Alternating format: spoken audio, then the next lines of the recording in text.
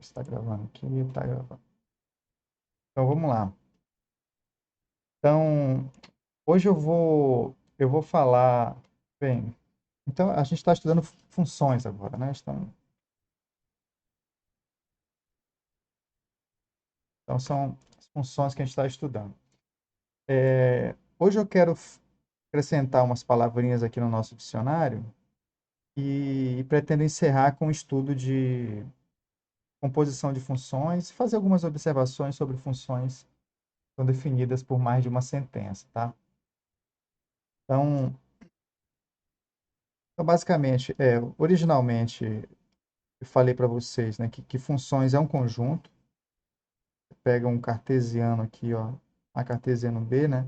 Então, uma função f é um subconjunto de um cartesiano com aquela propriedade que a gente olha um par ordenado a B, né, pertencente à função, como sendo uma associação, né, como se a gente estivesse associando esse A ao B. A gente faz essa leitura, né?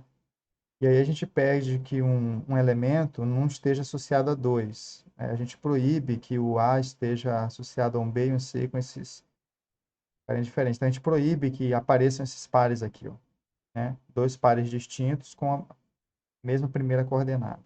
Acho que, proibindo isso aqui, a gente tem função desde que todo elemento de A esteja associado a algum elemento de B. Então isso foi a aula passada, eu dei exemplo, a gente falou de notação. E aí, o que é que eu quero, né, apresentar para vocês hoje? Bem, ainda fazendo o resumo da aula passada, a gente estudou injetividade, né? Injetividade, né, uma função injetora, né? A injetividade do conjunto A no B é quando faz isso aqui, ó, né? Esse é o desenho da injetividade. Pega assim e injeta um conjunto no outro. Tá? Aqui pode sobrar elementos, né? Então, a gente cria uma cópia de A dentro do B em termos de quantidade de elementos, né? Um para um. É uma injeção. A sobrejeção é quando o conjunto imagem da função, que são esses elementos aqui, ó, é exatamente o contradomínio. Tá? Então, a sobrejeção, um exemplo típico de sobrejeção, desenho, né, que o B é todo coberto pelas imagens dos elementos de A. Pode não ser injetivo, né? Então pode ter dois indo para um, não tem problema. Mas aí não sobra elementos aqui, ó. É o nosso conjunto B, que é o nosso conjunto A. Bem, não pode sobrar um elemento em A, porque senão não é função. Então, se eu ponho a bolinha aqui, eu tenho que associar para o outro lado. Então, então essa f aqui é uma sobre, né? Uma função sobrejetora. E a bijeção é um para um. Inclusive, antigamente, os livros chamavam, eles não chamavam as funções, falavam assim, f é bijetor e tal, não sei o que, não. Falava assim que f escrevia assim, ó, um tracinho um. F é um para um. Tá? Então, essa notação aqui, ó, ainda usam essa notação até hoje. Tá? De um conjunto A para um B. E aí, é isso, né? Cada elemento de A está associado a um elemento de B e único, né? E vice-versa. Eles ficam pareados, né? Os elementos, é um para um. É um de cá com um de lá e vice-versa, tá? E aí que é o que a gente, nesse caso, né? Se existe uma função um para um, né? Uma objeção de A para B, a gente diz que A e B são equipotentes, né? Que A é equipotente a B, que foi isso aqui que eu finalizei a aula passada com isso aí. Tá? É, eu vou estar provando eu vou, eu vou estar fazendo uma apresentação para vocês depois sobre uma coisa muito interessante aqui, que eu chamo a teoria de Cantor. Tá? E eu vou estar apresentando um teorema para vocês, que é o teorema de Cantor, Schroeder e Bernstein, que é a respeito de que eu vou, eu vou introduzir esse dicionário para vocês aqui agora, aproveitar já que eu estou falando disso. Tem a ver com infinito, tá? Aí na aula passada eu defini o infinito para vocês, né? Um conjunto ele é infinito, né? Então x é infinito, né? É infinito quando x ele é equipotente a um y que está contido nele e é diferente dele. Ou seja, ele é equipotente a uma parte própria dele. Tá? Né? Então, é um todo, tem tantos elementos quanto uma parte própria dele. Esse é um conjunto sem finito. E equipotente é ter a mesma quantidade de elementos, né, que a gente chama de cardinal. Eles têm o mesmo cardinal. E aí, Cantor desenvolveu uma teoria, né, que é o seguinte, que é, ele falava o seguinte, a ideia de injeção, gente, a ideia de injeção, você pegar um conjunto e injetar dentro de um outro, né,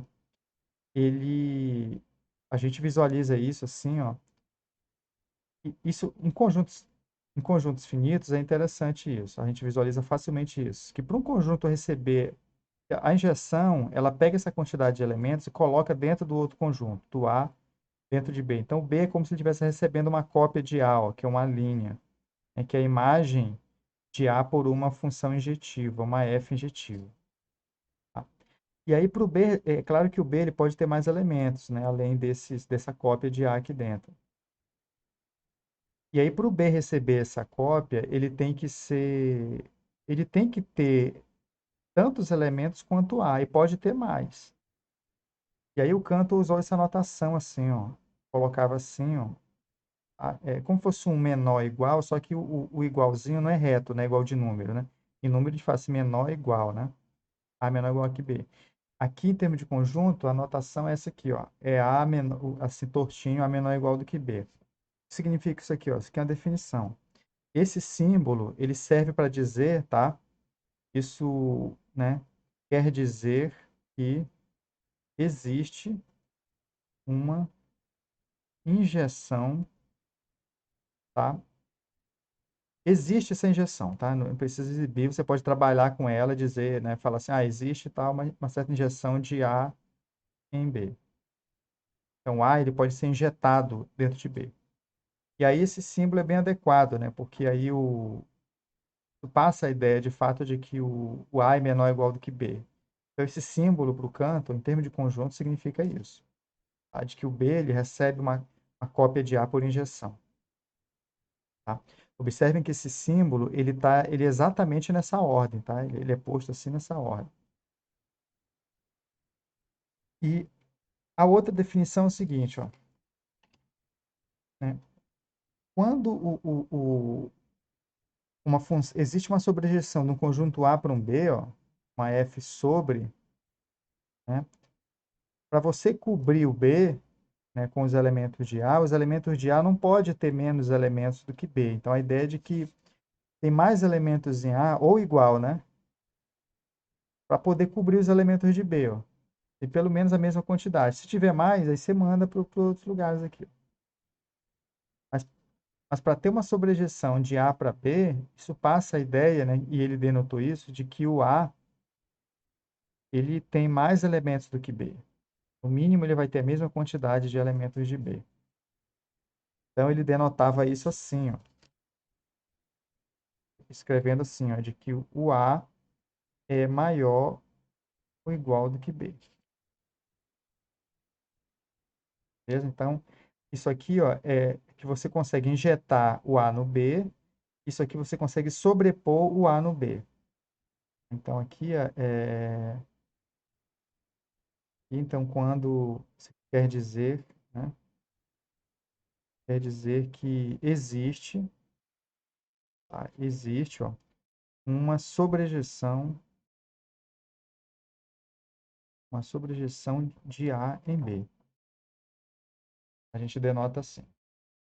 A gente consegue cobrir o B com os elementos de A por uma certa função sobrejetora, tá? E aí tem um teorema, né, que eu vou estar provando para vocês depois, e aí a gente não vai estar... Isso aqui é mais uma questão de valor teórico que eu vou estar apresentando a teoria de Cantor para vocês, tá? E diz o seguinte, é o teorema de Cantor, Schroeder e Bernstein, tá? É o seguinte, que diz assim, ó, que se A é menor ou igual do que B, ó, e A é... Então, se tem uma injeção de A para B e tem uma injeção aqui, ó, uma injeção de B para A, tá, né? Se a gente consegue injetar o A no B e consegue injetar o B no A, tá? Isso implica, então, que existe uma bijeção entre A e B. Tá? Os conjuntos são equipotentes. Tá? Esse resultado é equivalente a esse. Ó. E se você consegue injetar também ó, o A no B e você consegue sobrepor o A no B, assim também você consegue uma bijeção. Então, eles têm a mesma quantidade de elementos. Você consegue uma bijeção, você prova a existência dessa bijeção aí. Bom, então, isso aqui é tanto uma versão dessa, são versões diferentes, tá? Do mesmo teorema. Esse aqui é chamado teorema de Cantor-Schroeder, SCH, dois pontinhos, Schroeder, Bernstein. Bernstein. Tá? E aí eu vou tá dando uma prova para vocês, que é uma prova muito bonita. Quem quiser adiantar depois, isso tem essa prova, bem, a prova mais bonita e bem escrita desse resultado, eu dou por leitura a dica, é o livro do Paul Halmos, tá? Paul Halmos. Paul Halmos, que é Teoria Ingênua dos Conjuntos. Teoria Ingênua dos Conjuntos. Tá? Então, essa prova, a prova desse teorema, a melhor para mim é que está escrita aqui. E aí eu vou tá trazendo ela para vocês. Mas como ela é bem elaborada, né, eu vou trazer depois. Mas a ideia é muito simples, tá? A ideia disso aqui. Então, bem, o que é que eu quero para hoje aqui? Quero trazer para vocês hoje falar de imagem direta, imagem inversa e composição de funções. Então, é um dicionário simples, tá? A imagem direta que é o seguinte, ó. Eu vou pegar aqui um conjunto, né, o nosso desenho típico, né? Vou pegar uma função de A para B aqui, uma f. Função qualquer, não precisa ser injetora, sobrejetora, nada. Então, eu vou estar... Bem, quando eu junto aqui é porque estão indo para o mesmo elemento, tá? E o início da setinha está saindo aqui. Então, eu vou pegar aqui, ó. Isso é uma função. Vou deixar sobrar uns elementos aqui em B, ó. Então, bem. E aí, o que é que eu quero de vocês? Eu quero que vocês aprendam o que é imagem direta e imagem inversa de subconjuntos desses conjuntos. Então, eu posso chegar aqui nesse conjunto A, tá? E posso escolher aleatoriamente o subconjunto de A aqui, ó. Por exemplo, eu vou pegar esse carinha aqui, ó. Eu vou chamar de x1, tá? Esse conjunto aí, ó, x1, tá? É, Observe o seguinte, esse pontinho aqui, ó, só para falar de notação, esse elemento de A eu vou chamar de Azinho. Esse Azinho está indo nesse Bzinho aqui, ó, tá? Pela nossa função, para vocês não confundirem a notação. Tá? Então, observe que x1, gente, é um subconjunto de A. Tá? O que eu quero, né, ensinar para vocês hoje é o significado do que a gente chama de f de x1. Tá? F de x1 não é que eu esteja aplicando a f nesse elemento de A. Tá? Então, é diferente. Por exemplo, não confundo com a notação de um elemento de A, que é o Azinho, que é essa daqui, que é o f de Azinho, ser igual a esse Bzinho aqui, ó. Que eu estou dizendo que... Aí aqui, de fato, eu estou usando a f, né? Isso aqui eu estou dizendo que o AB pertence à função. Tá? Então, isso aqui realmente, isso faz parte do que é a função. Isso aqui é uma notação. Tá? Isso aqui é uma notação para dizer o seguinte, ó. Quando a gente pega um subconjunto de A, e aí de alguma forma isso tem que estar explícito em algum lugar, que não trata-se de um elemento aqui ao qual a gente está aplicando a f, tá? Mas é uma notação para imagem direta. Tá? Isso aqui, ó, como o x1 é um subconjunto de A, isso aqui é chamado imagem direta de x1. É a imagem direta do subconjunto subconjunto X1 de A. Aí a imagem direta. O direta porque a gente está saindo da esquerda para a direita.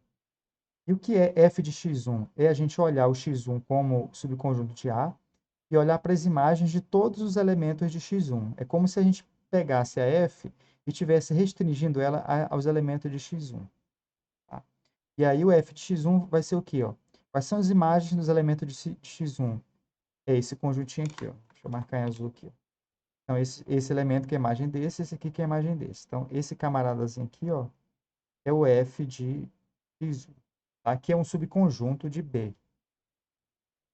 Bom? Então, o f de x1 é o quê?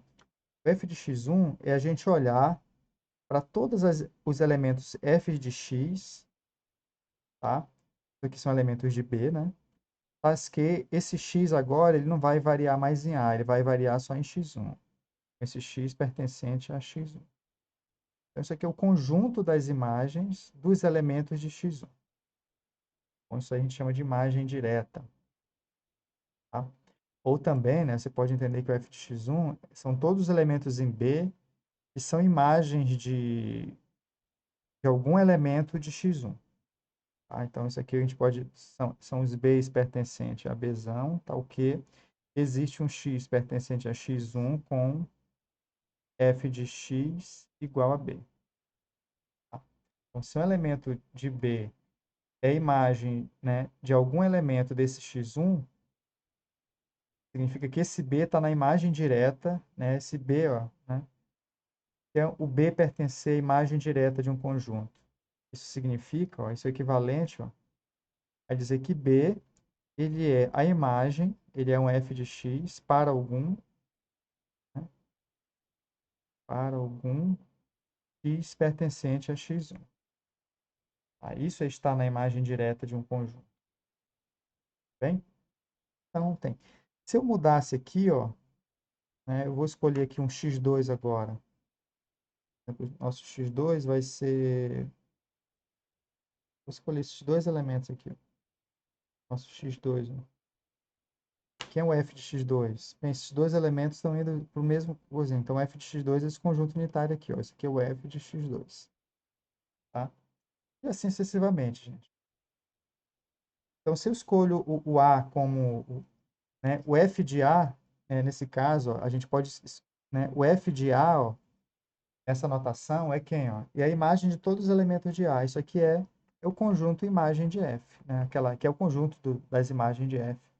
E a gente está olhando, é uma outra forma de denotar esse conjunto, dizendo que ele é o conjunto da imagem de todos os elementos desse conjunto A. E aí a gente pode fazer isso para qualquer subconjunto de A aqui, hein? Que é o que a gente chama de imagem direta, é olhar para as imagens dos elementos lá do subconjunto que você destacou. Bem? Isso é imagem direta. Agora, o que é que eu quero, né, de vocês? Eu quero ensinar aqui a imagem inversa. A imagem inversa, está desenhando aqui. Né? Agora, a imagem inversa é o seguinte. Espero que vocês não façam confusão. Se tiver dúvidas, tá? Vou falar. Então, vou colocar aqui o B aqui com os elementos aqui, ó. Vou estar colocando o A aqui. Ah, esses dois vêm para cá, esse aqui vem para cá, cá, vem para cá. Então, esse aqui é o nosso A. Essa é a nossa função, tá? Então, a imagem inversa é o seguinte, agora a gente vai pegar um y em B, ó. Eu vou pegar um y, vou pegar, por exemplo, esse y1 aqui, ó, do conjunto de B aqui, ó. Vou pegar esse camaradinho aqui. Percebe que eu estou pegando gente que não tem imagem, né? Não é imagem de ninguém. Eu vou chamar esse cara de y1. A y1 ele é o subconjunto de B. E ao contrário, a imagem inversa, eu vou puxar esse conjunto para trás. É como se fosse isso. A gente chama de pullback também lá, né? Do inglês é pullback. Puxa ele para trás. Tá? Então, o que seria, que é o que a gente denota, que é esse camaradinho aqui, ó. Quando eu pego todos esses elementos, né, os que recebem seta ou não, mas eu volto para o A pelas setas, a gente chega nesse conjunto aqui, ó. Como é que a gente denota esse conjunto? A gente denota F a menos 1 de Y1. A gente puxou para trás, ó, F a menos 1. Esse menos 1 significa puxar para trás. Ó. Eu puxei para trás esse y1 de B. E aí a gente chegou nesse conjunto aqui, ó. Tem dois elementos. Beleza? Então, o que é o F? O que é F a menos 1 de um y genérico, tá? Eu vou apresentar qualquer y contido em B, a gente pode estar descrevendo o que seria né, a imagem inversa desse subconjunto de B. Né? Puxar para trás a imagem inversa de y, isso aqui é o quê? Ó? É todo elemento de A, seriam esses pontinhos aqui, é todo elemento de A, Azinho pertencente a Azão, ao que a imagem desses elementos caem dentro desse conjunto. É até mais fácil do que o outro, né? O F de A cai dentro do Y. Então, é como se a gente fosse lá no conjunto A, no domínio, e a gente olha para todo mundo cuja imagem está caindo dentro desse Y. Quando a gente reúne todos esses elementos com essa propriedade, né, que o F dos elementos caem dentro desse Y aqui, ó, pertence a Y, a gente está diante da imagem inversa de Y. Então, observe que na nossa notação, quando eu escrevo f de alguma coisa, de um x, por exemplo, geralmente a gente usa letras maiúsculas para indicar o conjunto do domínio. Isso aqui é imagem direta. Tá? Se eu escrever f a menos 1 de x, né, mesmo eu usando a mesma notação, aqui em cima você tem que entender que esse x é subconjunto do domínio, porque né, eu não estou puxando para trás, não tem a menos 1 aqui. Então, olhando, isso aqui é uma imagem direta. Isso aqui é uma imagem inversa. Mesmo tendo a mesma notação, o mesmo x aqui, ó, esse x de baixo você tem que entender que ele trata-se de um subconjunto de B que você está puxando para trás, porque é o que acusa esse menos 1 ali. Então, a própria notação já vai te dizer onde esse conjunto interno aqui ele vai estar localizado. Então, o ter ou não esse menos 1 é importante aqui para identificar aí o que, é que você está fazendo. Então, imagem direta e imagem inversa. Vamos trabalhar bem, por exemplo, essa imagem direta e inversa, ela serve, né, como dicionário para a gente escrever outras coisas em termos dela também. Por exemplo, o que acontece aqui, ó, uma função injetora, pensem comigo aqui, ó, uma função injetora, ela quer proibir isso aqui, ó, né? Certo? Ela quer proibir de que 2 vá para 1. Como é que a gente proíbe isso? Um jeito de proibir isso é dizer o seguinte, há um exemplo interessante aqui, que eu esquecendo, ó, esse aqui, ó. Eu pego esse conjunto aqui como sendo y2, ó, cara, y2, ó. O que seria, né? O que seria aqui, ó? O que seria f menos 1 de y2? Quais são os elementos de A que a imagem estão caindo aqui dentro? Não tem nenhum. Tá? Então, quando a gente puxa para trás esse y2, né? Porque não tem nenhuma seta chegando aqui, isso aqui é vazio. Então, pode ser vazio. Tá? A imagem direta não acontece isso, né? Porque sempre que você pega um subconjunto, a não ser que o conjunto seja vazio, né? A imagem direta do vazio, né? O f do vazio vai dar vazio.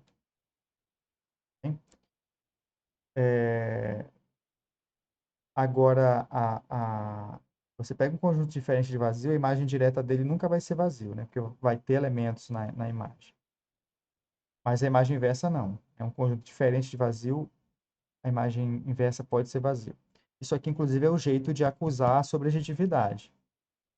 Tá? Uma função ela é sobrejetora quando que, ó, quando o único conjunto cuja imagem inversa é vazio é o próprio vazio. Ou seja, você não consegue montar um conjunto diferente de vazio, que seria justamente montar um conjunto com os restos, né? Os elementos que sobram aqui, ó, da imagem. Se a função não for sobrejetiva, então o B tem um subconjunto que não recebe imagem. E aí a imagem inversa desse subconjunto vai ser vazia. Então, e aí, tá vendo que a gente pode usar o conceito de imagem inversa para estar dando outras descrições. A injetividade, por exemplo, que é onde eu estava falando no início, a gente pode proibir isso aqui dizendo o seguinte, ó, a imagem de cada elemento de B, a imagem inversa, ou vai ser só um elemento ou vai ser vazia, né? Que eu pego esse elemento isolado aqui, olho para a imagem inversa dele aqui, ó, é vazia. Eu pego esse elemento aqui, ó, eu olho para a imagem inversa dele, ó, isso aqui é um elemento só, né? A imagem inversa dele tem mais de um elemento. Isso acusa para a gente que tem mais de um elemento em A indo para ele. Então, se a imagem inversa de um elemento for um elemento só, qualquer que seja o elemento de B, é uma forma de descrever a injetividade. Então, F injetiva, isso é até uma proposição, tá? Depois a gente pode estar discutindo, tá? E F é injetiva, né? É injetiva quando, quando acontece isso aqui, ó. Equivalente, né? Quando F, olha só, F é menos 1, eu vou olhar aqui, ó, um conjunto unitário, né? F é menos 1, isso aqui, ó, possui no máximo, né? Possui no máximo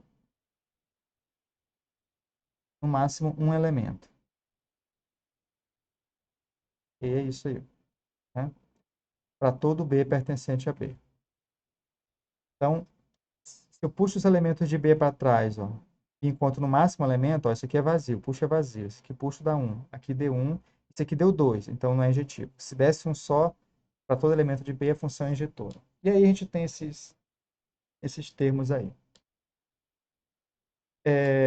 E qual é a nossa missão com relação a esse imagem direta e imagem inversa? É saber como isso aí, ele, como isso aí se comporta com relação à ação da função, às operações de conjuntos. Aí eu vou estar mostrando aqui para vocês, ó, algum, né, um pouco da prática, né, para a gente aplicar o nosso dicionário. Então, essa nossa lista está sobre funções e aqui tem um cabeçalho que f é uma função de a em b, g de b em c, h tem algumas coisas aqui, ó. Então, eu vou estar resolvendo os exercícios desse aqui já para mostrar para vocês como é que a função, que as operações de conjuntos, né, lidam com essa questão da imagem direta e da imagem inversa. Eu vou começar com esse exemplo simples aqui, ó. Tá? Esse exemplo simples, vou estar pintando aqui. Bem, nessa lista eu vou estar pintando o que eu vou estar fazendo, tá? O que sobrar é que eu vou estar deixando para vocês aí. Então, eu vou estar provando que se x está contido em y, isso implica que f de x está contido em f de y. Isso aqui na nossa notação de imagem direta. Tá? Então, vamos aqui, ó.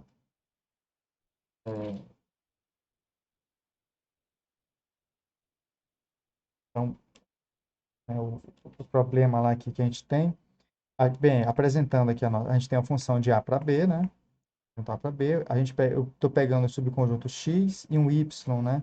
Contido em A, que são dois subconjuntos de A, sob essas condições, né? O X está contido em Y, né? Se X está contido em Y, isso implica que a imagem direta dele, que o f de X, está contido em f de Y. Observe que como isso aqui são conjuntos, né? São conjuntos, faz sentido isso, f de x está contido em f de y, né? Comparar um com o outro. Bem, eu não estou aplicando a f nesse x, não, né? Lembrando lá a nossa notação. Então, essa é a nossa proposição. Eu vou estar provando isso aqui para vocês, ó. Tá? Bem, então, isso aqui é a nossa hipótese, né? A nossa hipótese, isso aqui é a nossa tese. Como é que a gente prova a inclusão de dois conjuntos? Eu quero provar que esse conjunto está contido nesse. Vou provar que se esse conjunto tiver um elemento, né? Bem, se não tiver elemento, já vale a inclusão. Então, se tiver um elemento, eu vou pegar um elemento aqui e provar que ele está aqui, e a gente tem essa ferramenta aqui para ajudar a gente. Então, por exemplo, eu vou pegar aqui, ó, eu vou pegar, e como a imagem direta é um subconjunto de B, eu vou chamar de Bzinho, tá? Só para dizer que a gente está do lado direito, trabalhando do lado direito. Eu quero pegar um elemento nesse subconjunto de B do lado direito, provar que está aqui, e eu vou estar usando um Bzinho para estar pegando o elemento aqui no f de x. Eu peguei um elemento aqui, eu quero colocá-lo dentro da f de y. Vamos lá, então? Então, um B que pertence a f de x, isso implica, e não só implica, né, como é equivalente, vai e volta, por definição do que é o f de x, tá? Então, é o seguinte, então esse B, nosso Bzinho, ele é o f de alguém, é um f de A, né, para algum A, tá?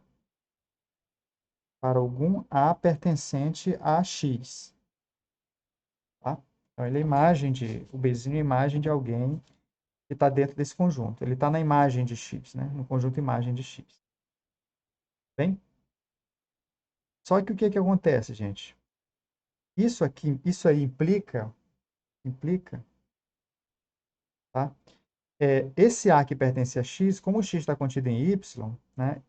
Pela hipótese, ó, de que X está contido em Y, eu posso reescrever essa minha frase de que esse B, ele é a imagem de um elemento, né, para algum, só que esse A agora eu posso dizer que ele pertence a Y, certo? Né? Para algum A pertencente a Y. E o que que acontece agora? Essa frase aí é equivalente, né, por definição do que é o f de y, é dizer que o B pertence a f de y, porque ele é imagem, né, ele é a imagem, está aqui, a f de A está indo nele, de algum elemento de y, isso aí está f de y. E aí está provado aqui. Bom, e aí provamos aí esse exercício.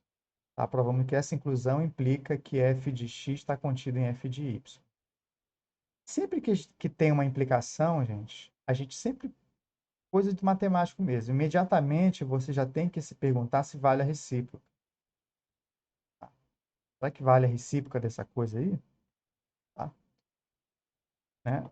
A, bem, a recíproca, ela, né, pergunta, né? Vale a recíproca, né? Ou seja, a gente pode colocar uma setinha voltando aqui, ó. Né? Então, se a imagem de um conjunto está contida na imagem do outro, e obrigatoriamente esse x está contido em y, bom, isso aí eu vou deixar isso aí como exercício para vocês, tá? Eu vou até mudar aqui na nossa lista aqui, ó.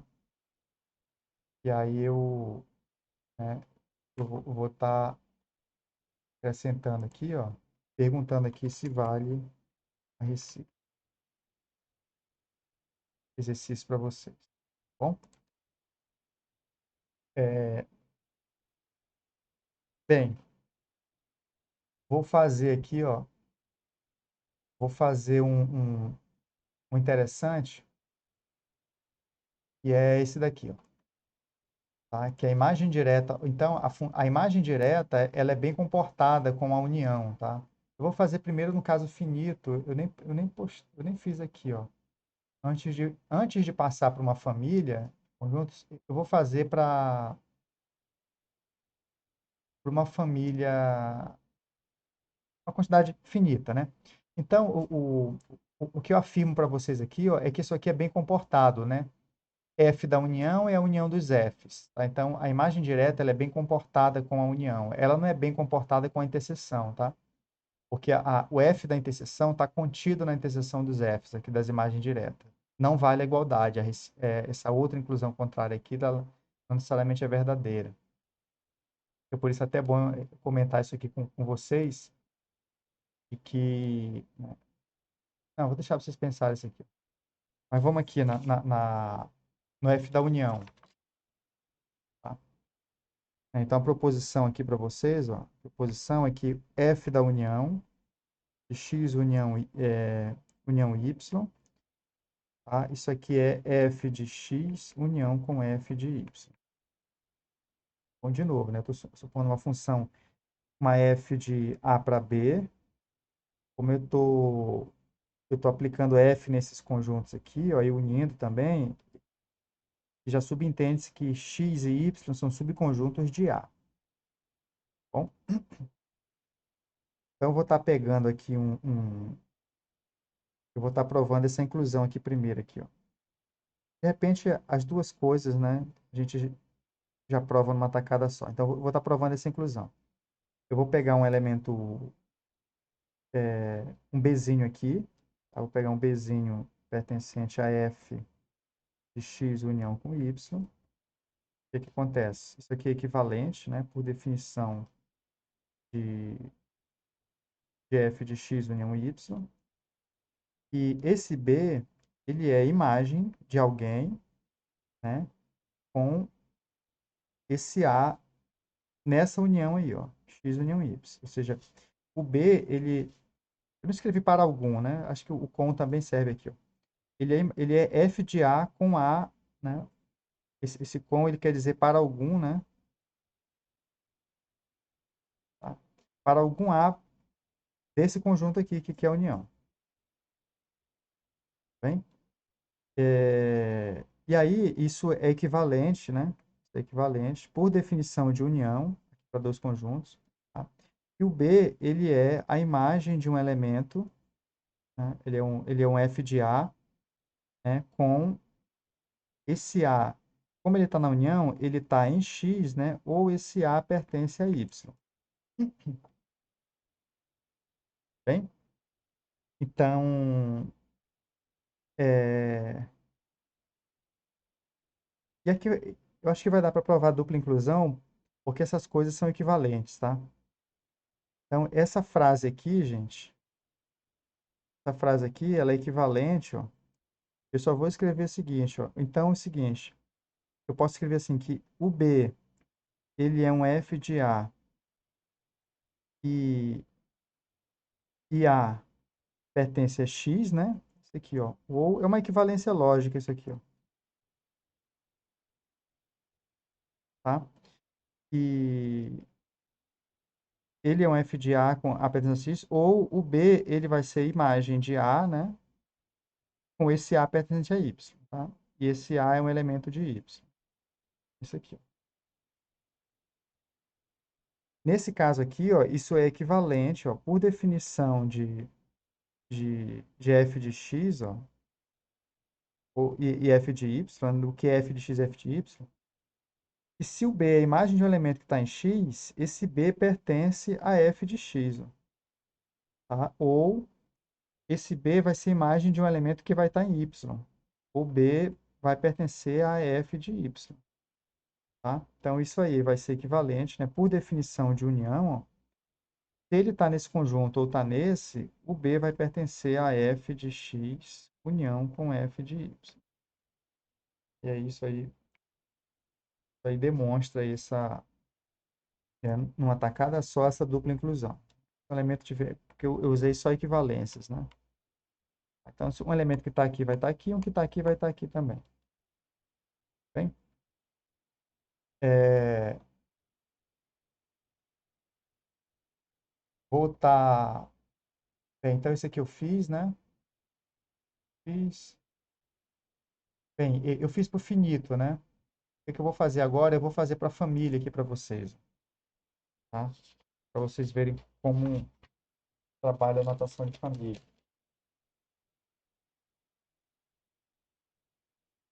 Então, agora vamos provar que o F da união de, né, uma família de conjuntos, esse lambda variando no L, isso aqui é a união dos Fs. É uma generalização daquele caso finito lá, ó. F de x lambda, né, com esse lambda pertencente a L. Tá? A prova disso aí, ó. Né? Pega um elemento do lado de cá, então um Bzinho nesse conjunto aqui, ó, no F da união desse x lambda. Né? Isso aqui é equivalente, por definição, de, do F, né? Vou botar aqui, ó, imagem direta, tá? Definição de imagem direta. E o B, ele é a imagem de um elemento de A, né? Com A, com A pertencente a essa união, esse x lambda aí. Ele é imagem de alguém nesse conjunto aqui, que é essa união aí. É... Bem, existem várias formas de dizer isso aqui, né? que é o existe um A pertencente à união, tal que B é f de A, né? Você pode escrever assim, ó, de que existe um A pertencente à união, existe um A, né? Existe um A tal que, ó, você pode fazer assim, existe A tal que A pertence à união do x lambda, lambda pertence a L, e f de A é igual a B. Deixa eu escrever isso aí. Existe um, né? Tem um elemento na união que é a imagem. Ou então que o B é f de A para algum A pertencente à união. Tá? Então, eu vou escrever todas as formas aqui que a gente pode. Então, B é f de A, né, para algum A pertencente à união de todos os x lambda pertencente a L. E aí cada um de vocês vai se identificar com o tipo de escrita aí e ver o que é melhor. Tá bom? Mas nesse sentido. Então, independente né, da forma de passar essa informação, isso aí vai ser. Isso aí é equivalente, ó. Isso aí é equivalente a dizer que o B, só vou reescrever, né? Eu vou usar a definição de união, né, generalizada, tá? De que esse B, ele é o quê, ó? Ele é a imagem de A, né, com A pertencente. Bem, se ele está na união, ó, ele vai estar em algum desses elementos, né? Pertencente a x lambda, né, para algum lambda de L. Tá? Então, ele está em algum dos x lambdas. Tá? Então, isso aqui, ó, isso é equivalente, por definição de imagem direta, né? Direta, o seguinte, ó, se o B é f de A para algum elemento em algum desses lambdas aqui, ó, então o B ele vai pertencer a f de x lambda, né? Para algum lambda de L. Ele está na imagem direta de algum. E aí, se ele está na imagem direta de algum desses elementos, ó, né, ele vai estar na união disso aqui com qualquer outra coisa. Então, isso aqui, ó, por definição de união generalizada, o B ele vai pertencer, né, à união, né, de... A gente pode até destacar, ó, com A, né, posso colocar um asterisco aqui, ó, para dar um destaque aqui, ó, para né, um lambda específico. E aí o B ele pertence aqui, ó, para um lambda específico aqui, ó. Tá? E aí esse lambda aqui é o outro agora, né, nessa notação. E aí o B vai estar na união de f de x lambda, com esse lambda variando no L. O nosso lambda asterisco, ele é um desses, né? Então, se ele está em um, vai estar na união dele com vários. E aí, aqui a gente termina a nossa prova. Tá? O que eu deixei para vocês aqui, ó, né? Então, eu fiz esse aqui, ó. Esse aqui eu fiz, né? E aí eu vou estar deixando como exercício esse aqui para vocês, tá? O 12. E o que é interessante no 12? No 12, nesse meu aqui, ó, o que foi que eu fiz, ó, vocês notarem essas equivalências aqui, elas são verdadeiras nos dois sentidos. Leiam o lado direito, se você migrar para o lado esquerdo, essa leitura justifica pular para cá, por exemplo. Em todos os passos aqui são equivalentes, a seta é duplicada. E aí vocês têm que fiquem atentos que nessa prova aqui, ó, do exercício 12, tem uma implicação que não vale, ela não vale a volta. Tá? E aí não vale equivalência. Por isso, se prova, ela vai provar só essa inclusão aqui, ó. Aí a outra inclusão, na verdade, ela é falsa. E aí eu quero que vocês pensem num contra-exemplo para isso. A situação de que a volta não é verdadeira. Bem? E aí, bem, então fiz esse. Eu vou fazer um comentário aqui, ó. Exercício aqui para vocês, né? Verifique, ó. Tá? Ah, pô, pode falar o contra-exemplo agora? Da 12, né? É da 12. Pode falar. Pegar a função quadrática. Pega a função quadrática em menos um, Sim, sim. É porque ela não. aí do zero aberto até o -1. Aí pega o seu x1 como zero aberto até -1, seu x2 como zero aberto até 1. A interseção é vazia, Ah, só que as imagens são iguais. isso aí. É, Não, eu não entendi, Lucas. Você tem que provar que É que você pediu, é porque você é pediu um contra-exemplo para a inclusão inversa. isso, de que ela não vale, né? É que a gente consegue fazer o f da interseção ser vazio, porque a interseção pode ser vazia, Isso, mas a interseção dos f's não vazio. não vazio. Então a inclusão contrária nesse caso não valeria.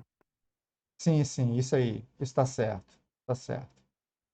F da interseção é vazio e a interseção dos Fs não é vazio. É, é, e você tocou, e você consegue isso aí justamente pela falta de injetividade, tá? Que é como se fosse isso aqui, ó. Né? O que é um exemplo, né, simples, né? E o desenho já prova também, né? Você pega 2 aqui para 1, né? Pega 2 para 1 aqui, ó. Então, você pega isso aqui como um conjunto X, ó. Pega isso aqui como um conjunto Y, né? Os conjuntos, eles são disjuntos, né? Então, isso aqui, o F da interseção, ó, de X interseção com Y, é F do vazio, ó. A imagem direta do vazio que é vazio, ok? Só que a interseção dos Fs, ó, isso aqui, o F de X é igual ao F de Y, né? Que é esse elementozinho aqui, ó. Aqui, que é diferente de vazio. E uma coisa diferente de vazio não vai estar contida no vazio. Beleza? Então, o lado, a gente teria isso aqui, né? O F do vazio, e esse lado esquerdo é vazio, e a gente consegue fazer o lado direito não ser vazio. E aí não vale esse, né, contra-exemplo. Então, verifique que não vale, né? Vou tirar aqui o... Cliquei aqui, baguncei tudo. Agora fizemos esse aqui. Bem, eu vou estar falando da imagem inversa, tá? A imagem inversa ela é muito usada, tá? Muito, muito usada, porque ela é bem comportada com os dois, ó. A imagem inversa, ela vale a identidade para os dois. Por isso que a, muita coisa em teoria da medida, muita coisa se trabalha e se define, não só por isso, né? É como se fosse um presente da matemática mesmo, né? A necessidade de se trabalhar, é mais interessante se trabalhar com a imagem inversa, e a imagem inversa, nesses casos, ainda é bem comportada com a união e com a interseção. Tá? Como eu fiz com a união ali em cima, vou fazer com a interseção aqui embaixo. Então, vou estar resolvendo esse aqui para vocês, por exemplo. A imagem inversa da interseção é a interseção da imagem inversa. Que é o que na imagem direta não acontece igualdade, ó, né? É garantido só uma inclusão. No caso da imagem inversa, para a interseção é válida a identidade. Então, eu vou estar provando para dois. De repente, eu deixo até como exercício para a questão, a família, né? Acho que está meio fora de foco aqui. Deixa eu.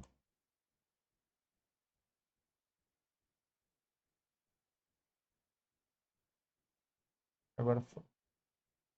Então, vamos lá, ó. Que é o F, de que F é -1 de. Aí eu vou colocar Z e W, tá? Né? Eu costumo denotar XY em A e Z e W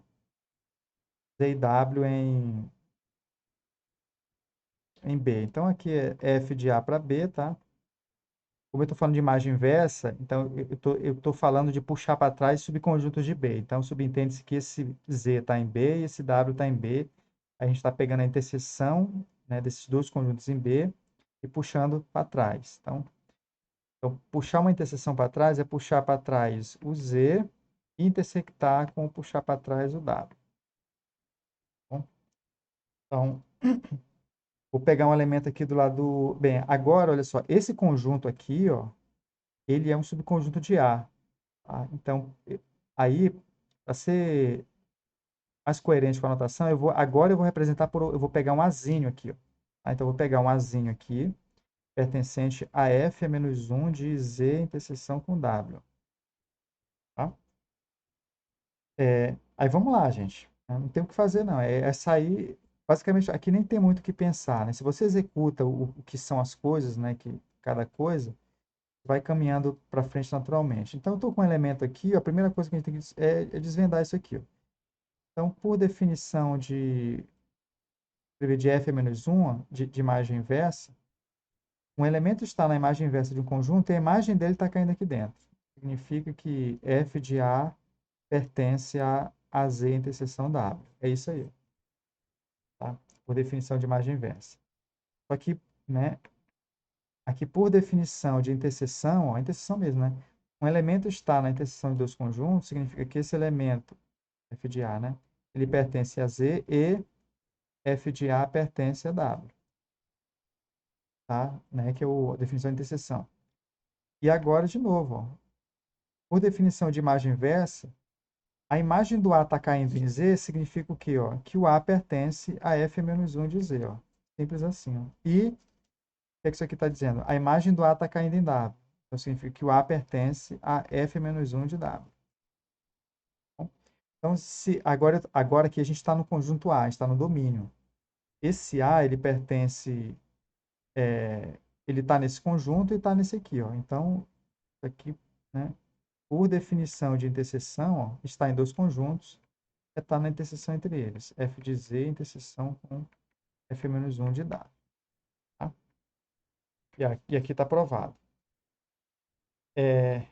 Sair da prova finita para a prova de família é basicamente esses mesmos argumentos aí. Ó, tá? E aí eu vou estar fazendo aqui para vocês. Ó, tá provando. Ah, aqui encheu já. Vou pegar outra folha aqui. Tá? Então, isso aqui, gente, é o caso finito. Aqui uma prova mais simplista. Né? Esse aqui é o mais geral, né? Então vale para a família. Então, f é menos 1 da interseção de uma família de conjuntos, de lambda, lambda pertencente a L, ó, isso vai ser a interseção, né? Esse seria dos f é menos 1 dos z lambdas, com lambda variando no L. Tá? A prova. Né? A prova, vou pegar um azinho, pegar um azinho aqui, pertencente a f é menos 1, a interseção dos z lambdas, lambda em L. Né? Aí vamos trabalhar isso aí. Ó. Um elemento nesse conjunto, por definição de imagem inversa, f-1, significa que o f dele está caindo dentro desse conjunto aí, ó, dentro dessa interseção aqui. Tá? Só que, por definição de interseção generalizada de família, né, está na interseção de uma família, essa imagem, pertencer a Z lambda, né, para todo lambda de L. Ele está em todo mundo. Né? Ou seja, em cada Z lambda, a imagem está nesse Z lambda. Está em cada um deles, né, para todo lambda, né, por definição de imagem inversa, é o A pertencer à imagem inversa de cada Z lambda desse, para todo lambda pertencente a L. Então, ele está em todas as imagens inversas, para todo lambda.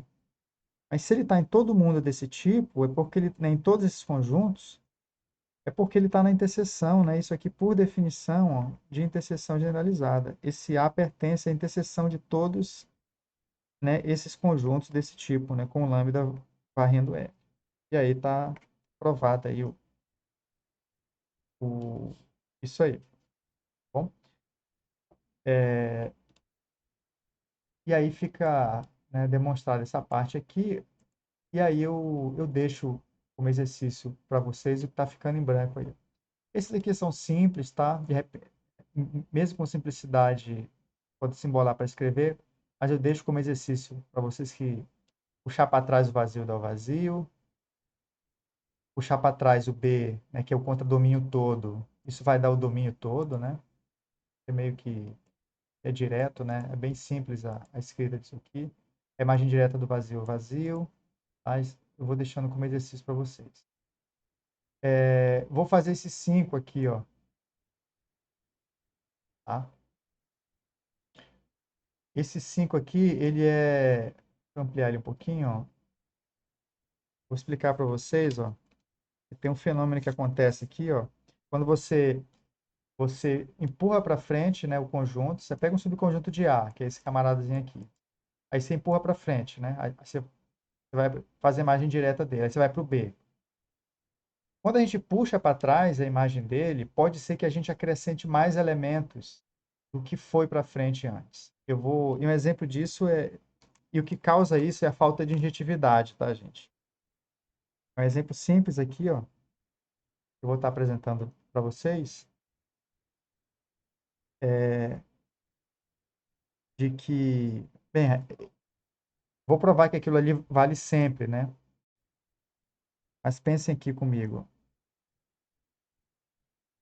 Aqui está o A e aqui está o B, tá? E aqui está a F, a nossa F aqui. Então, eu pego esse pontinho, empurro para cá, esse carinha aqui eu vou levar para cá. E aí, bem, eu vou pegar isso aqui como sendo o X. Eu não completei a F ainda não, isso aqui é o nosso X, tá? Se a gente empurra o X para frente, ó, olha para as imagens dele, a gente vai chegar nesse conjunto aqui, ó. Vou botar aqui em vermelho aqui, esse aqui é o nosso F de X. F de X. Do jeito que está aqui, se eu puxo para trás esse F de X, ó, eu pego aqui o F de X e puxo para trás, isso aqui aí volta a dar o X, né? Volta a dar o nosso X, que aí as imagens que estão caindo aqui dentro são esse elemento ali. Agora observem vocês aqui, ó, que poderia ter um elemento aqui de fora, ó, vindo, né, para cá, ó, beleza? Então o que que acontece aqui agora? Ó? Eu pego o X, eu mando para frente, não mudou o F de X, né? Continua esse conjunto. Mas quando eu pego esse conjunto aqui, ó, e olho e puxo ele para trás, né, que é para ver todo mundo que está vindo aqui para dentro dele, esse carinha já vai entrar, ó, né? Então, aí a gente não tem mais essa igualdade, né? Então, esse conjunto ele pode aumentar, né? Ele contém um x nesse nosso caso e aqui ele é diferente. Ele ficou maior, né? Então, ele ir para frente, depois vir para trás, o conjunto, isso pode aumentar, tá? Isso pode aumentar. Então, nesse caso aqui, ó, isso aqui tudo é o f a menos 1 de f de x. Ó. A gente já colocou elementos a mais do que tinha antes, tá? Porque tinha mais gente caindo aqui dentro. Bem? Mas essa inclusão é sempre verdadeira. Tá? Essa inclusão de que o x ele sempre vai estar contido, né, na imagem inversa de f de x. Tá? Por que isso? Né? A prova disso aqui, ó, vou colocar a provinha aqui em vermelho. A prova, né, dessa inclusão é a gente pega um elemento aqui, ó, né? Eu pego um xzinho pertencente aqui a xão, tá? O que que acontece? É, isso aqui é claro, né? Isso aqui é óbvio por definição do que é a imagem direta de x, ó, x, de que como esse x está em xão, isso aí é óbvio que o f de xzinho, que é a imagem desse cara, vai cair dentro do f de xão. Né? Isso aí é direto, né? Por definição. Tá? Beleza? Mas aí, gente, como a imagem desse elemento está caindo dentro desse conjunto, certo? Né? Quando a imagem de um elemento cai num certo subconjunto de B, né? Isso aqui está contido em B, ó, significa, ó, né? Isso, isso implica o quê, ó? Que esse xzinho aqui, ó, né? Como a imagem caiu aqui dentro desse conjunto, ele pertence à imagem inversa desse conjunto aqui, ó, de f de x. Que é o que a gente queria, né? Pegar um elemento aqui e colocar ele aqui dentro. Tá? Isso aqui, por definição, de f é menos 1. Tá? A imagem dele está caindo aqui dentro e aí o... Tá? Beleza? É, isso aqui é equivalente. Eu vou fazer uma correção aqui, gente. Vocês podem estar pensando que é equivalente. Ah, então você provou dupla inclusão. Tem uma coisa que é falsa aqui na minha prova, tá? E essa implicação aqui, gente, ela só vale a ida, tá? Isso aqui é por isso que não, essa inclusão, né? Essa aqui só vale a ida. Porque a imagem de um elemento está no f de x não significa que esse elemento x está nesse x. Então, essa daqui, então, uma coisa é certa. Se ele pertence a x, a imagem dele vai estar em f de x, obviamente. Pela definição do que é f de x. Mas essa volta aqui que é falsa. Tá? A imagem de um elemento de A cair dentro de um certo conjunto, da imagem de um conjunto que é o f de x, que é o que eu estou fazendo aqui, ó. A imagem desse elemento aqui, vou chamar de Azinho, está caindo dentro do f de x. Isso não implica que esse Azinho tem que estar dentro desse conjunto x. Tá? Então, e essa aqui embaixo é que é equivalente, tá? Aqui vale equivalência, porque a imagem de alguma coisa está caindo nesse conjunto, aí sim é equivalente, tá? Tanto vai quanto vem dizer que esse elemento pertence à imagem inversa desse conjunto aqui. Então, por isso, isso aqui prova só essa inclusão e não prova essa daqui também. Aí, e a gente viu que essa daqui é falsa. Bom, né? Porque esse conjunto ele pode ser estritamente maior do que conter esse aqui de forma estrita. Então, temos aí esse detalhe do f menos 1. Né? Então, isso aqui está provado.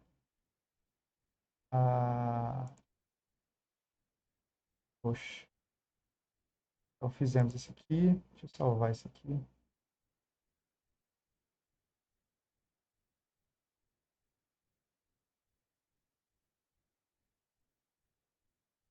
Então, bem, deixa eu ver o que mais eu quero apresentando para vocês aqui, de imagem direta. Bem, esses outros exercícios aí eu vou deixar para vocês, tá? Estarem exercitando aí. Eu acho que está faltando umas coisas aqui, ó. Esse aqui é bem interessante, a relação da imagem direta com a adjetividade. Está faltando aqui a relação da imagem inversa com o complementar, né? A imagem inversa do complementar e o complementar da imagem inversa. Essa lista está precisando passar por uma atualização, tá? Eu vou estar atualizando ela, gente. Voltando aqui mais detalhes. Tudo bem? Então, isso é imagem direta, imagem inversa. Eu vou estar agora falando para vocês sobre composições de funções. Alguém tem alguma dúvida nessa parte aí? Quer esclarecimento de algum exercício? Tá? Então, vocês avisem aí, tá? Eu quero concluir agora com a parte de injeção, né? Bem, no nosso dicionário a gente já tem injeção, sobrejeção, objeção, já temos imagem direta e imagem inversa. Praticamente as funções, elas, inicialmente, é o básico, né? É claro que as funções, gente, dependendo da estrutura, elas começam a adquirir outras propriedades, né? Aí uma função, se a gente está numa estrutura numérica, uma função ela pode ser crescente, pode ser decrescente, né? Se o domínio da função receber uma estrutura mais rica, tipo a estrutura topológica, a gente pode dizer que a função é contínua, é diferenciável, é integrável. Então, isso tudo são adjetivos que vocês vão estar encontrando aí no futuro, tá? Mas, por enquanto, a gente tem só que é os conceitos que fazem parte da teoria de conjuntos, né? A parte inicial de teoria de conjunto, que é o básico do básico. Bem? Então, tem uma coisa que é super simples, mas que muita gente se embola, que é a composição, tá? Espero ser claro aqui com vocês sobre a questão de composição e espero esclarecer as dúvidas, porque é uma dificuldade muito grande, né, das turmas anteriores que eu tinha, que eu reparo que é compreender a questão da composição de funções, bem? Então, eu vou estar explicando para vocês aqui como é que a gente compõe funções. Então, e é isso aqui mesmo, tá, gente? Então, ó, dado uma função de um conjunto A para um conjunto B, tá? Uma f aqui, ó, por exemplo, aqui, f de A para B, ó. E daqui a pouco, bem, e uma G, né, do conjunto B para um conjunto C. Conjunto C, qualquer, tá? Então, o que é que a F faz? Ela associa todo elemento de A a um elemento de B, que eu vou estar escrevendo assim, beleza? A F fez isso. Bem, ela pode não ser sobrejetora, pode ter mais elemento aqui. A G vai pegar todo elemento de B e associar a um elemento de C aqui, ó. Os elementinhos aqui, e pode, né, você pode ter mais elementos, tudo bem. O que acontece, gente, que numa situação dessa aqui, ó, automaticamente fica bem definida, ou seja, a partir de duas funções nessas condições, que condição eu estou exigindo aqui, ó? Eu estou exigindo que o contradomínio de, né, contradomínio de F, né, o contradomínio de F seja o domínio de G, tá? Daqui a pouco eu vou explicar para vocês, eu vou romper esse paradigma aqui de que é sempre nessas circunstâncias aí. Mas a gente vai começar por essa situação ideal aqui, tá? Que é o contradomínio de F ser o domínio da G. E aí, gente, o que é que eu digo para vocês? Bem, a F é formada por pares ordenados, né? Que são esses pares aqui, ó. Esse elemento com esse com esse com esse, tá? A B são pares ordenados, né? Também. Aí eu estou olhando as funções como conjuntos mesmo, né? Então, esses pares ordenados aqui, ó, satisfazendo a propriedade de função. Só que automaticamente, gente, a gente tem como selecionar uns pares ordenados especiais de pontos com primeira coordenada em A e segunda coordenada em C, tá? Que é o que a gente chama que são os pares induzidos por essas duas funções, que essas duas funções elas acabam fazendo uma associação de elementos de A com os elementos de C via essas duas funções. Como? É uma espécie de transitividade, ó. Esse elemento está associado com esse, né? Como esse está associado com esse, então a gente vai associar esse elemento a esse aqui. Bem? Então, por exemplo, ó, eu não vou dar nome aos elementos de B, mas aos elementos de A eu vou chamar de 1, 2 e 3. Tá? Os elementos de C eu vou chamar de A, B, C, D, E, F. A F e G já estão sendo usadas ali, ó. Eu vou chamar de X, Y e Z aqui. Bem? São os elementos de C. Então, por transitividade, isso é uma espécie de transitividade, a gente associa os elementos de A aos elementos de C. Como? Os elementos de A estão associados aos elementos de B por F, os elementos de B estão associados aos elementos de D unicamente, né? É um para um. Não tem um aqui indo para dois, ou nem tem um aqui indo para dois, porque as duas são funções. Então, esse está associado a um único aqui, e cada um daqui está associado a um único aqui, ó. Então, esse elemento de A, por transitividade, está associado a um único elemento de C. E nesse caso aqui, ó, né, o 2 está indo aqui no D. E o 3, ó, né, por transitividade, o 3 está indo nesse elemento que eu não dei nome, mas esse elemento está indo no D, então o 3 está indo no D. Então, duas funções, a gente diz que elas induzem, né, uma terceira função, que é que eu vou chamar de H. Tá? Então, existe uma terceira função, né, de A para C, que eu vou chamar de H, tá? Que pega o 1 aqui, ó, e leva no C, né, que é esse 1 aqui no C, leva o 2 no D, né, aqui no D, e leva o 3 no D também. Tá? Leva o 3 no D. E aqui tem os outros elementos sobrando, ó, A, B, C, D, E, X, Y, Z. Bem? Então, essa função a gente chama de a função induzida por FG. Tá? E aí, a gente, a gente chama essa função assim, ó, de GOF. Tá? Que é a função, justamente, essas duas funções, elas precisam ser relembradas de que isso aqui surgiu a partir dessas duas aqui, ó, e a notação é essa daqui. Agora eu vou explicar essa notação para vocês, tá? Essa leitura dessa bolinha aqui, ó, tá? Né? A gente chama de F bola G ou GOF mesmo, tá? Eu gosto de chamar de G de F, tá? G de F. Por quê? Porque o que é que o que seria, né? O que essa H está fazendo aqui, gente, é o seguinte, ó. Aqui, ó, a lei desse H, o que é que a H está fazendo? H está pegando 1, o H de 1 está levando no C. O H de 2 está sendo o D. E o H de 3 é o D também, tá? Mas como a H, ela pegou o 1 e levou no C? Ela pegou o 1 e levou no C da seguinte forma. Ela pegou o 1, tá? Ela pegou carona na F aqui, ó, e chegou em B por F, como se fosse uma carona mesmo, né? Aí a gente aplicou o F no 1 primeiro, e por também, a gente iniciou com um elemento em A, né?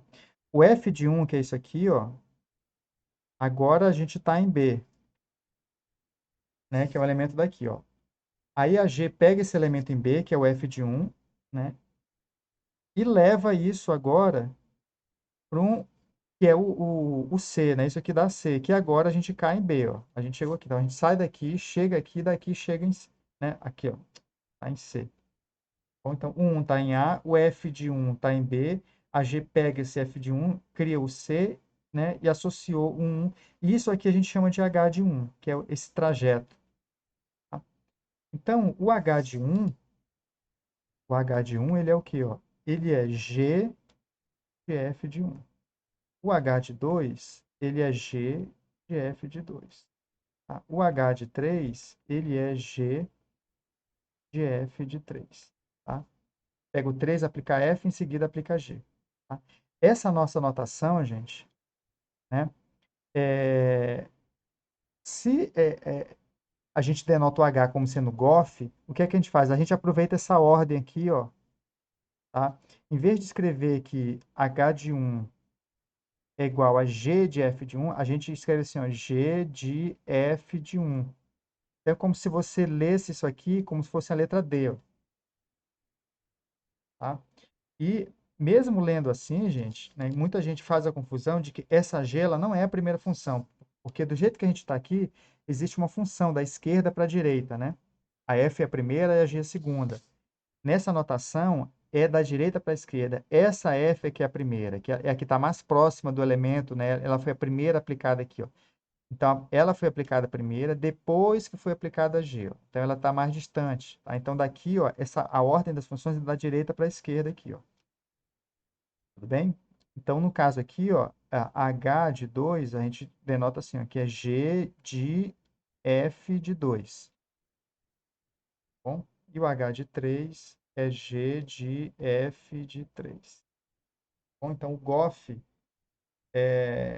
na ordem de aplicação, é o contrário, né? A G aparece do lado esquerdo e a F do lado direito, mas a execução, né, a aplicação, quando a gente vai usando as funções, é da direita para a esquerda aqui, ó, que é como está no desenho. A F primeiro e a G segundo. Nessa notação de Goff, é o contrário que a gente denota. Bem? E isso vale para muito mais funções, tá? A gente pode compor várias funções, ó. E a transitividade, ela é... Então, eu vou ter aqui uma função A, B, C, D, E, um monte de conjunto, ó. A, B, C, D, E. Aí tem uma função aqui, ó, F, G, uma função H e uma função I aqui, ó, tá? Essa F, ela, digamos que o A tem, né, 4 elementos. A F faz isso, tá? Mais. A G, ela faz isso aqui, ok? Vou botar mais um elementozinho aqui, ó. A H faz isso, tá? Aí, ela faz isso aqui, ó.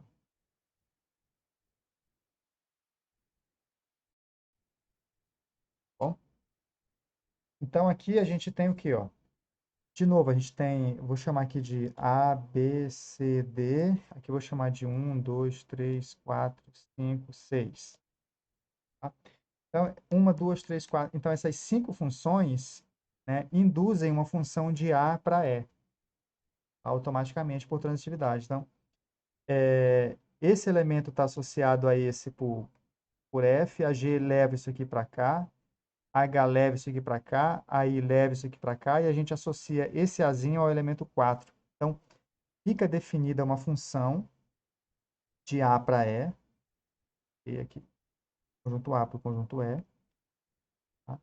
Essa função ela recebe o nome, eu vou chamar de J, né? Que a letra já não está sendo usada ali, eu vou chamar de J. Então, J, que é igual ao quê, ó? Aí é o contrário, ó. Essa J ela é F, bola G, bola H, bola I. Esse que é o nome dela. A gente denota o contrário, ó. A F é aplicada primeiro, depois a G, depois a H, depois a I. Então, aqui fica F, depois a G, depois a H, depois a I. Como é que essa função J associa os elementos de A ao elemento de E? Ele faz assim, ó. O J desse Azinho aqui, ó. J de Azinho, ele vai fazer o quê? Ele vai pegar o Azinho, vai usar a F. Depois ele, nessa imagem aqui o F de Azinho está aqui, ó. Bem aqui. Aí ele vai usar a G para pegar e levar para cá, ó. A gente está aqui. Aí depois agora usa H, a imagem desse elemento H, a gente chega aqui. Finalmente, aplica aí nessa imagem toda e a gente chega aí, ó. Isso aqui vai dar o 4. Bem? Então, o J de A usa esse processo para chegar no 4. Tá? E para simplificar, né, a gente retira esses parênteses todos aqui, ó, e escreve isso nessa ordem, de que é I, bola, H, bola, né? É I, ó, é I de H, de G, de F, de A. Assim, bom? Né? É assim que a gente usa essas bolinhas, e a leitura você lê como sendo um D, tá? O J de B é I de H, de G, de F, de B. Se você fizer, aplica o B, aplica F, aplica G, aplica H, aplica I, você aplica F, G, H e I vai dar 5. Tá? E assim vai. Então, o A elevado no... O A vai para onde aqui, ó? No 4. O B é elevado no 5. O C é elevado no 5. Cá. E o D é elevado no 6. D elevado aqui no 6. Tá? Sobraram 1, 2, 3. 1, 2, 3, que eu vou deixar separadinho ali. Então, essa função aqui, ó, é a composta dessas 4 funções ali. Tá? Então, isso que é compor funções. Bom, então, aí, né, é I de H de G. E aí, essa figurinha aqui é ideal para vocês trabalharem essa noção de compor funções. Bem? Então, daqui a pouco eu vou relacionar como é que o que compõe uma composição de função, de que forma que as propriedades desses... Isso aqui é uma manufatura, né? A gente usou 4 funções para manufaturar uma quinta, que é essa J. E a pergunta é de que forma essas componentes que compõem aqui a J passam propriedades para essa J. Por exemplo, se essas 4 funções forem injetivas, a J vai ser, vice-versa. Mas será que se a J for injetiva, a G é injetiva, né? De que forma elas trocam de que formas o que compõe essa J troca informações com a J, né? Ou o que a J passa para as componentes dela, isso a gente vai investigar daqui a pouco. Eu quero sofisticar um pouco mais a definição aqui para vocês, tá? Que é o seguinte: para compor duas funções, gente, a gente não precisa. A gente pode ter uma função f de A em B, f de A em B, ó, uma função, bem, que é o contradomínio o contradomínio da F não precisa ser o domínio da G. A G poderia ser um conjunto maior aqui, ó, no conjunto C, ó, tá? Que eu vou chamar de vermelho esse C aqui, ó, tá? Então, o C aqui de vermelho. Aí a G, ela é de C para um conjunto D aqui, ó. A G, ó. E a F é de A para o B aqui, tá? E assim a gente consegue associar os elementos. Bem, a F pega elementos aqui de A e joga dentro de B aqui, ó, né? Pode sobrar elementos aqui, tá? Pode ter elementos em C que sequer são elementos de B, ó. E o que é que a G vai fazer? Vai pegar todos esses elementos de C, além dos que estão no contradomínio da F, que é B, ó. Então o B está contido em C e é diferente, ó. E aí a G vai pegar isso aqui tudo e levar aqui para o outro lado. Poderia ser assim. O cara vem para cá, esse aqui para cá.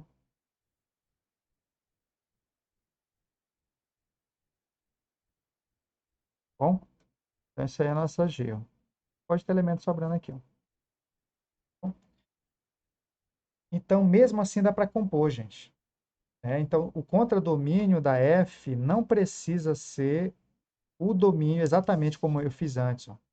É bonitinho assim, ó, o contradomínio da F ser exatamente o domínio da G. Basta que o contradomínio da F esteja contido no domínio da G. E não precisa nem isso também, gente. Né? Sofisticando, né? Porque aqui está associado, né? Por exemplo, esse elemento aqui, ó, ele vem para cá, a G pega e vai levar aqui, ó. Levou aqui, ó. Então, isso aqui é o par ordenado da composição. Esse elemento aqui, ó, ele vai ser levado, ó, pela composta aqui também, ó. Esse elemento aqui, ó, ele vem parar aqui, ó. Esse aqui vem parar aqui, tá? Então, dá para associar elementos de A com elementos de D, mesmo o contradomínio da F sendo diferente do contradomínio da G. E não precisa nem ser o contradomínio, né? Na verdade, basta que a imagem. A gente quer o seguinte, né? Uma resolução final é que a imagem da F, se a imagem da F cai dentro do domínio da G, a gente consegue compor, né? E aí a gente pega um elemento de A, domínio da F, isso vai cair dentro do domínio da G, e aí essas imagens, né, dos elementos de A pela função F vão poder chegar ao destino final usando a G. Por quê? Porque a G ela é aplicável a esses elementos de imagem, porque eles estão dentro do domínio dela. Então essa regra aqui, ó, é uma regra que é o que dá para compor, bem? E mesmo assim, gente, a gente pode, tá, em matemática, a gente compõe o que dá para compor. Tá? Porque nem isso aqui é preciso cobrar, tá? Porque a gente pode ter uma função assim, ó, uma f, tá? E aqui a gente tem uma g daqui para cá, ó. A f é só isso aqui, ó. Tá? A f ela pega esse elemento, leva aqui, esse aqui leva aqui, esse aqui leva aqui, esse leva aqui. Tá? Então aqui é o A, aqui é o B da f. Tá?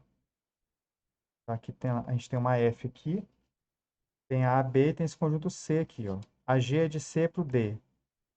Tá? A G vai pegar, fazer isso aqui, ó, digamos. A caneta tá falhando já? Tá acabando. Bem, essa é a nossa G, ó. Bom, isso aqui é a nossa F.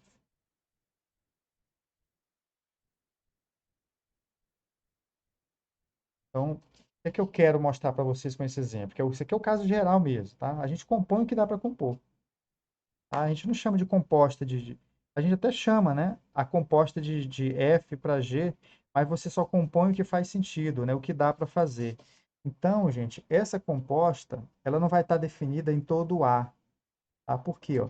Porque esses elementos de A aqui, ó, eles vão para o B, que é o contradomínio da F, mas a G não é aplicável a esses elementos. Tá? Então, quando eu escrever H igual a F e depois aplicar G, ó, G nos elementos de F, a gente só usa essa composta nos elementos em que a gente é permitido usar. Tá? Então, está implícito o domínio. Tá? Então, nesse caso aqui, gente, a composta existe, só que o domínio da composta deixa de ser o A. Ele vai ser aplicado aqui, ó. Tá? Então, deixa eu chamar de vermelho aqui. Então, essa nossa H vermelha, ela tem por domínio só isso aqui, ó. Esses dois elementos aqui, ó. Isso aqui é o domínio de H, tá? Porque H vai pegar esses elementos, vai levar para dentro do C, ó, né? E aqui chegando em C, a G age e leva isso aqui para o D. Então, esse domínio de H, ele está restrito aqui. Então, a gente aplica composto só o que dá para aplicar. Um exemplo clássico disso, ó, a gente cria muitas funções assim. Ó, eu escrevo assim, f de x igual a raiz quadrada do seno de x. Tá? Isso não impede, gente, que eu defina isso aqui. Bem, ó, o seno de x, gente, ele assume valores positivos e negativos. Bem? Então, aí fala assim, existe a composta do seno com a raiz? A gente não pode compor de como, né, categoricamente, sendo tão livres, né, sem ficar restritas. Existe sim a composta do seno de x com raiz de x. Bom, é claro que o que acontece? O domínio do seno, ó, o seno, o gráfico é uma senoide aqui, ó. Então, e o seno tem imagens negativas, né? Existem valores de x que têm imagens que são negativas que não vai poder entrar aqui dentro. Se a gente estiver trabalhando só com números reais, claro, né? Porque a gente poderia estar complexo e tal, mas eu estou aqui tudo no mundo, né, trabalhando de R em R. Essas duas funções, elas não têm composição nesse mundo bonitinho aqui, tá? Mas a matemática, a gente, né, para avançar, a gente vai e faz o que dá para fazer. Então, realmente, essa composta, ela existe de forma restrita, né? E claro que a gente só vai usar essa fórmula aqui, ó, para valores de x, né? Observem que a função seno, ela é uma função dos reais para os, né, pros reais, ou se você quiser, do -1 a 1 aqui, ó. Então, o domínio dela, né, qualquer número real cabe aqui dentro. Mas os números reais cujas imagens serão maiores ou iguais a zero para poder calcular a raiz, e aí você restringiu o domínio. É como se estivesse saindo dos reais aqui para um conjunto menorzinho. É o conjunto dos x, né, dos números reais que tem seno não negativo. E aí, essa composta ela vai fazer sentido tudo. Então, a gente não é impedido de escrever uma coisa assim, ó, raiz quadrada de seno de x. Bem? Então, essa função aqui existe, né? Ela é uma composta do seno com a raiz, e é chamada de composta do seno com a raiz, cujo domínio agora está restrito, né? Não é o domínio do seno todo e tal. Então fica essa questão de restrição, ou seja, a gente pode compor à vontade, gente. Qualquer duas funções elas podem ser compostas, e essa composta ela pode ser até vazia, né? Então, de repente, se o contradomínio, se a imagem de B for disjunta do domínio de uma outra G, aí você fala, você compôs e deu vazio, entendeu? A composta existe, você pode compor o que você quiser, tá bom? Então, quando você compõe duas funções, a composta pode dar vazia, né? Não existe nenhum par ordenado. A composta pode mudar o domínio, não ter mais o domínio da f que tinha antes. Nesse caso aqui vai ter, né, o mesmo domínio da f. E se for a situação bonitinha e ideal, né, de que contra domínio de uma e domínio da outra, isso aqui é o que é ensinado nas escolas geralmente, né, a situação ideal. Então, rompam esse paradigma aqui, você pode compor com o contradomínio sendo diferente, sendo contido, e o contradomínio sendo diferente, né, diferente nem está contido. Podem ser até disjuntas, entendeu? Você pode compor uma F que vai daqui para cá, né, com uma G que vai daqui para cá, ó, né? E isso aqui está F, aqui está G. Tipo, aí você fala, não dá para compor. Dá para compor, né? A GOF aqui, ó, ela é vazia. A GOF e a FOG também, né? Porque não dá nem para compor FOG com GOF. E vazio, né? E vazio, bem, o vazio não pode ser chamado de. Ela é uma função do vazio por vazio. De repente, né, não vai discutir esse. Vou marcar uma aula para a gente discutir as circunstâncias em que aparece o vazio aí para a gente tá discutindo aí uma mais filosófica essas aparições aí do vazio. Bem, então o nosso dicionário ele está montado, tá? Com relação à questão de função, né? Função injetiva, sobrejetora, composta, imagem direta, imagem inversa. Já vimos união, interseção, diferença simétrica, tudo sobre conjuntos, e agora é ver como a composição se comporta com essas coisas aí. E aí, as próximas aulas já serão aulas práticas, no sentido de fazendo, praticar, né? E fazer exercício para ver como a injetividade e a sobrejetividade, elas, elas, é manipular isso, né? Vou fazer um exemplo básico para vocês aqui, ó, só para começar a trabalhar a intuição geométrica de vocês a respeito de composição. E aí eu espero que vocês concordem comigo, ó. Vou colocar aqui ABC, tá? Aqui eu vou trabalhar na situação ideal. Uma F aqui para cá, uma G daqui para cá. Gente, uma coisa é certa, tá? Se essa F não é injetora, ou seja, se ela já levou 2 para 1 aqui, ó, acabou-se, tá? A gente poderia até criar um D aqui, ó, né? E ter lá 30 funções aqui para frente. Mas como essa primeira já levou 2 para 1, essa daqui, ó, ela vai pegar esse cara, levar para cá, a outra vai pegar isso aqui, vai levar para cá, isso aqui vai levar até chegar no último conjunto lá e chegar na composição. Então, o que é que eu quero com isso aqui de vocês?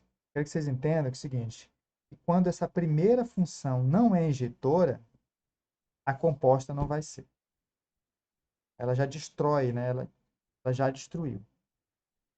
Ou então, eu estou querendo enunciar coisas, né? E trabalhar esses desenhozinhos para vocês saber conjecturar coisas aqui, ó. Então, o que eu estou dizendo para vocês é o seguinte, ó. É, se, olha só, se F não é injetora, né? Então, tá? Então, F composta com qualquer outra coisa lá para frente, ó. Então, F composta com qualquer coisa, né? Essa G pode representar qualquer coisa aqui, ó. Né? Então, isso aqui não é injetora. Não é injetora. Né? Isso aqui está em palavras, né? Em símbolos, eu estou dizendo o seguinte, ó, que F não injetora implica que GOF não é injetora. Tá? Essa é a frase que eu quero que vocês guardem. E por contraposição, essa frase, né, ela é equivalente a dizer que se GOF é injetora, quando GOF é injetora, isso implica que essa primeira função ela tem que ser injetora. F é injetora. Tá? Bem? Então, isso aqui são coisas que a gente anuncia e para a gente provar depois, tá? Então, isso aqui é um exercício, tá? Inclusive, isso está sendo perguntado na nossa lista, só para vocês entenderem. Aqui eu estou meio que dando umas confirmações para vocês, ó. H, que ele chama aqui, eu coloco isso como questionamentos para vocês aqui, bem? A H, ela é a GOF aqui, ó, para gente, tá? Então, vocês peguem esse exercício aqui, ó, tentem respondê-los fazendo as figurinhas. Aí você faz a conjectura e depois você tenta provar isso, bem? Eu vou estar... quer ver uma outra coisa? Vocês verem. Imagina que a gente está compondo aqui duas funções, né? A gente está compondo uma coisa que vai daqui para cá, outra coisa que vai daqui para cá. Não sei se vocês concordam comigo, isso aqui é meio que até óbvio aqui, ó. Vamos dar nome aos bois aqui, A, B, C e a G aqui, tá? Se essa segunda função não for sobrejetora, né? Independente do que for a F, se esse conjunto aqui, ó, essa F aqui, ó, ela não dá conta de cobrir, essa segunda aqui, a G, né? Se a G, ela deixa sobrar elementos em C aqui, ó, você não vai, né? Qualquer F que você coloque aqui, gente, na hora de compor, você não vai conseguir cobrir esse elemento aqui. Seja lá qual for a F daqui, ó, qualquer F que, né, você inventar daqui para cá, não vai chegar uma imagem aqui, ó, porque quem vai ditar o caminho de o que vai acontecer de B para C é a G, tá? Então, quando essa segunda função não é sobrejetora, a composta não vai ser. Tá bom? Então, a gente enuncia isso, né? Ela já quebra que a composta vai ser. Então, por exemplo, aqui, ó, então, o que eu estou tentando dizer para vocês é que se G não sobre, ó, não é sobre, não é sobrejetora, isso implica que qualquer F que você use primeiro e depois usar G, isso aqui não vai ser sobrejetora. Não é sobre. Né? Logicamente, essa frase ela é igual ao quê? Ó? Né? Que não isso implicar em não isso. Que quando o GOF é sobrejetora, isso implica que essa primeira função tem que ser que G é sobrejetora. Sobrejetora. Beleza? Então, isso aí são coisas, são relações entre a composta e as componentes da composta. Então, quando a composta é sobrejetora, obriga essa segunda função a ser sobrejetora. Quando a composta é injetora, ela obriga essa primeira função a ser injetora. Bem? E aí tem esse tipo de coisas. E aí eu vou estar na próxima aula.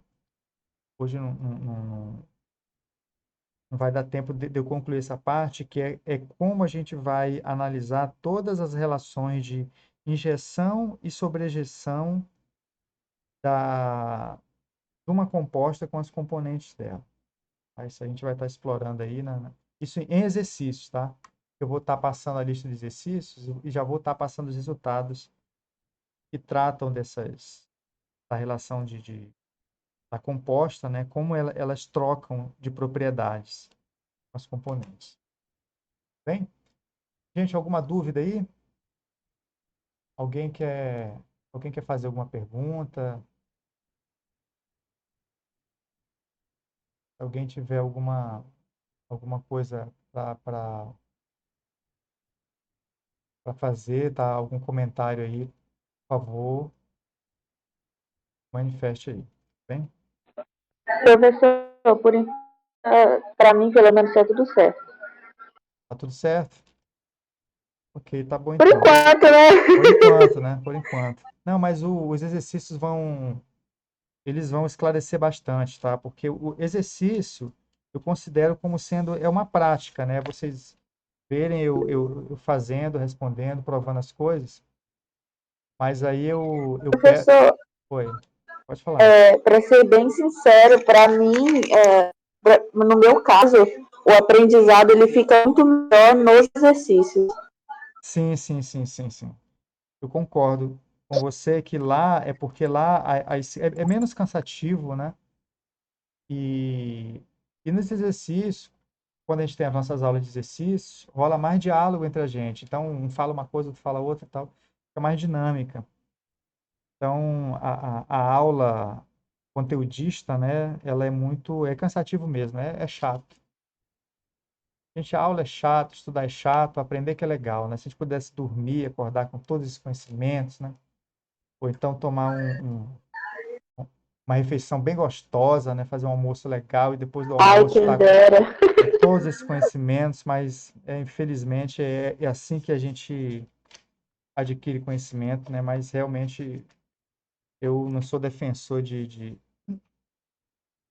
que estudar é bom, de que ficar aqui, né? Esse é um saco mesmo. Mas como eu adoro aprender, né? A minha vida é ficar lendo livros e ficar isolado em casa tentando aprender matemática. Não é fácil, né? Ô, Fábio, só uma pergunta. Oi, Lucas. Como lá foi sistema dedutivo e tal, você passou uma lista para entregar. Vai ter mais lista desse tipo aí? Pois a Isabelle até colocou isso sobre essas listas. Eu estou pensando da gente não trabalhar mais com essas listas. A gente já fazer a lista juntos, né, eu e vocês, e porque eu gostei do feedback da prova, porque na prova muita gente evoluiu muito ao longo da avaliação. Então, a atividade de eu passar a avaliação e individualmente ali eu ir vendo a pessoa crescendo, crescendo, eu gostei muito disso. E aí eu queria até passar a avaliação e dar mais prazos para eu ter esse contato com cada um de vocês. Isso em particular, né? E aí o que é que eu quero agora nessa, nessa segunda atividade, né? Esse segundo bloco do curso? É que a gente trabalhe a lista juntos de forma coletiva, e aí eu falo que a gente trocando informações entre a gente, e aí um troca solução de exercício com o outro, né? Porque vocês aí certamente são amigos e né, de repente vocês estão conversando ali. Nessa primeira fase de exercícios, eu acho interessante a gente universalizar, tá? A gente trocar e tentar todo mundo juntos ali resolver os exercícios com essa lista que eu coloquei com as duas listas, tá? Quando eu passar a atividade de avaliação, a gente entrar para o individual. Tá? E aí eu pediria que cada pessoa não consultasse mais um colega sobre soluções né, e comentários de nada, ficasse só entre eu e cada um de vocês, para eu ir acompanhando e eu ir dando as dicas, porque aí eu quero ver como cada um de vocês está evoluindo no problema, e aí eu vou conseguir saber a dificuldade para eu poder ajudar, entendeu? Porque se alguém por fora ajuda, eu não sei qual foi a dificuldade de vocês. Até para o sentido de, eu sabendo a dificuldade de vocês, eu melhoro como professor. Entendeu? E aí, se alguém chega e interfere, né, tipo, né, resolve o problema da dúvida de vocês, aí eu não vou saber que esse tipo de dúvida tinha na minha sala de aula e como resolvê-lo, tá? Aí, nesse sentido, a gente separa a lista coletivo, todo mundo junto, e a prova, a avaliação, eu com cada um de vocês, tá? Espero que vocês topem isso aí. Que é para chegar naquele conceito, Lucas, que a gente estava discutindo lá na outra, no curso lá de estágio, que eu quero saber como vocês estão se apropriando do conhecimento e conduzir vocês a se apropriar do conhecimento mesmo. Tá? Lucas, eu acho que o teu áudio está ruim. Falou aí, não ouvi nada. Não foi ainda não, acho que eu abri. Ah, tá, tudo bem. Beleza? Então, Show. gente, show, né? Então tá bom. Então, boa tarde a vocês. E aí na quarta-feira a gente já começa com essa segunda fase, que seria já mais uma de aulas práticas em cima da resolução dos exercícios. Gente, abraço a todos aí, tudo de bom, viu? Boa tarde, Boa professor. tarde e façam lá os exercícios. Se tiver qualquer dúvida, me contate lá pelo Telegram. Abraço, tchau, tchau.